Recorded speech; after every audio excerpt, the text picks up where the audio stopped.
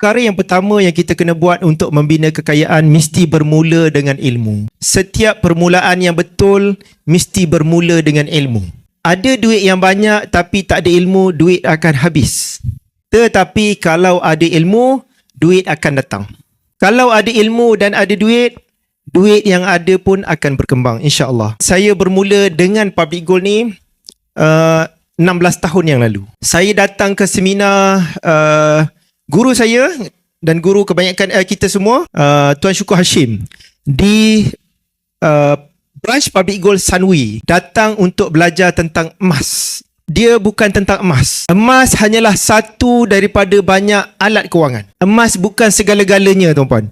Emas bukan segala-galanya. Emas hanyalah satu daripada banyak alat kewangan.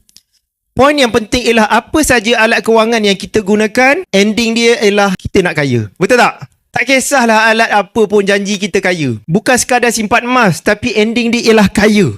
Bermula dengan simpanan emas, bermula dengan 1 gram pertama, akhir sekali kaya.